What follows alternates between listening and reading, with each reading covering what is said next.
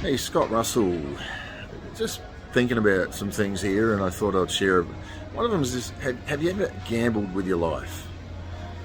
Have you ever stepped out of normality and taken a risk and really wondered what was going to come back? And many of us have in various degrees, but as we're facing things in in this life that are certainly outside of our control, I think in many ways each and every one of us are making a gamble with our lives. And if we continue to push forward like everything's normal, and we continue to present our reality as normal, everything's going to be normal, and we just keep going.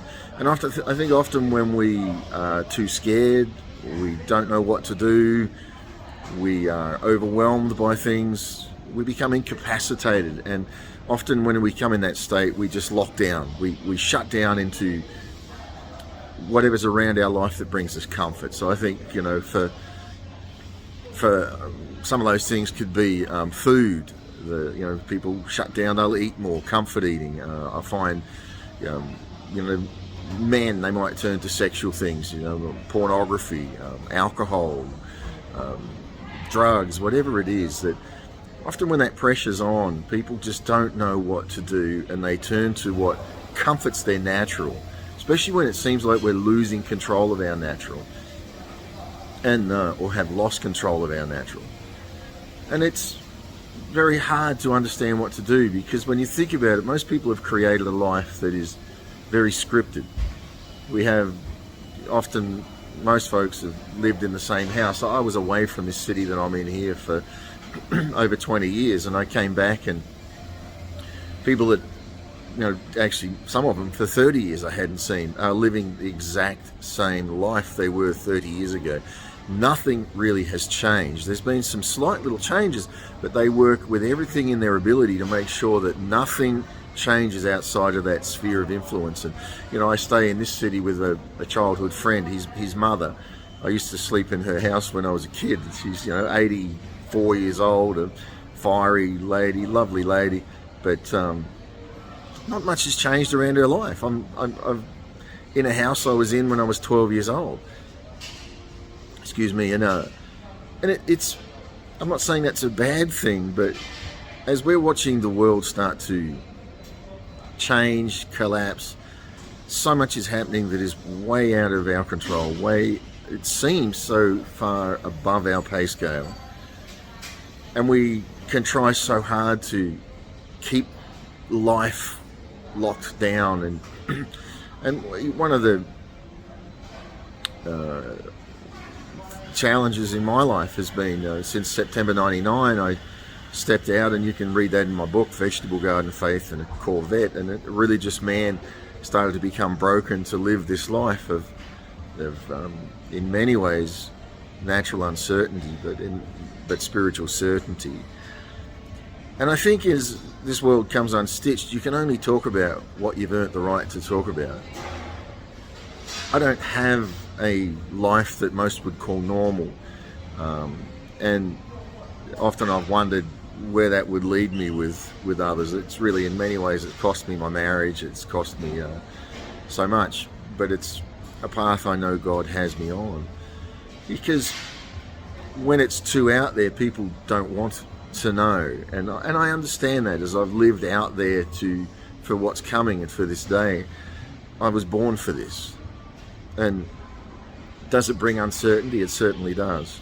But as I live the divine, as I live the knowledge of what God has done in my life, for my life and around my life, I know it'll bring the right people, the right relationships, the right everything. And that's why on my videos I talk about community, I talk about friends, I talk about the things that God has put in your life that are certain, that are not shifting sand.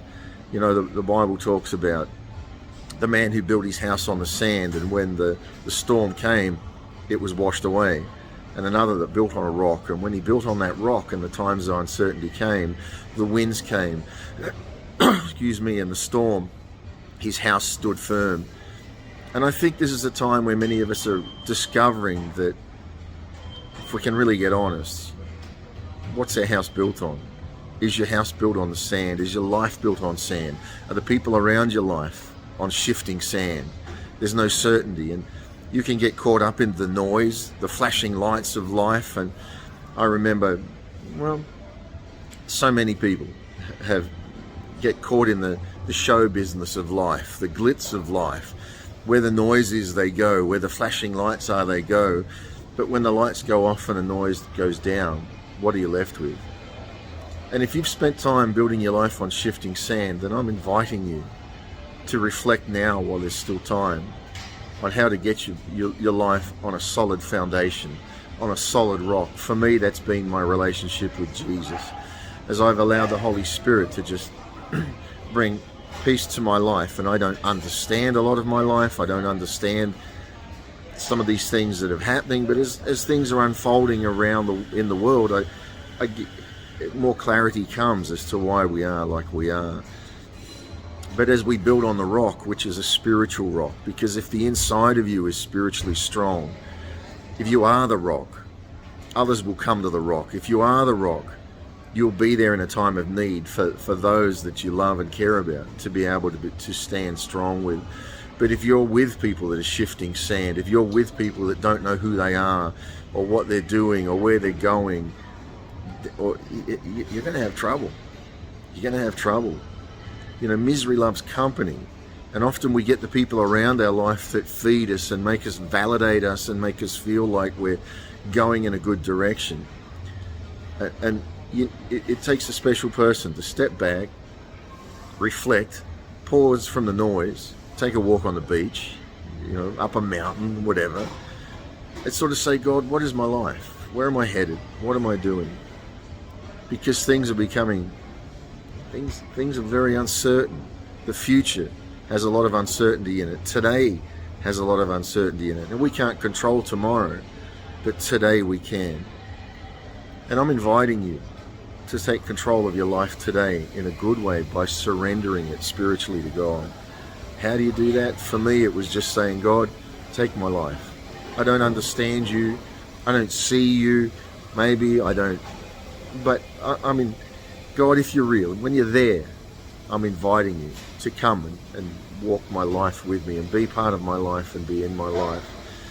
And friend, as you do that, you will see differences. If you're smart enough to look, you will see differences. You will see changes. You will feel peace. You will know what direction to walk in. And as you sense those little things, it's like God speaks to us in movements, but something will just seem strong. I spoke with a lady once, she talked about her intuition. She had a lot of intuition, but she just chose not to listen to it because it often went in a different direction to where maybe the crowd was going or she wanted to go. Never push past your intuition. Women have a lot of intuition, especially. Follow that. Follow your intuition. And say, God, is that you? And as you walk it, you will find strength will come, answers will come, and you'll become stronger because you're building your life on the rock, a spiritual rock. That's where your strength is. Your strength is not going to be in your house and your car and your job, because all that is under attack. All that is under attack, and if you're going to fight to try to keep that, it's going to wear you down. You might keep your house and you'll be so exhausted you'll never enjoy what's there. You can fight to keep your family, but then you'll be so exhausted you'll never be there to help them. Release things. Release, and what's yours will come back. I've done that with so many things in my life, everything in my life. I release it, I let it go. Family, friends, people that I love and want to love, let them go. And if it's true, and if it's right, and it's for you, it'll come back. Build on the rock. Build on the rock with what's facing here. Let God be part of your life. And I think you'll find, I know, you'll never be disappointed, because he'll never leave you and he'll never forsake you. I thank God for my relationship with Jesus, because in walking that, not in a religious way, in a relational way, I have a best friend, I have a strength, I have a joy that no matter what, carries me through. God bless.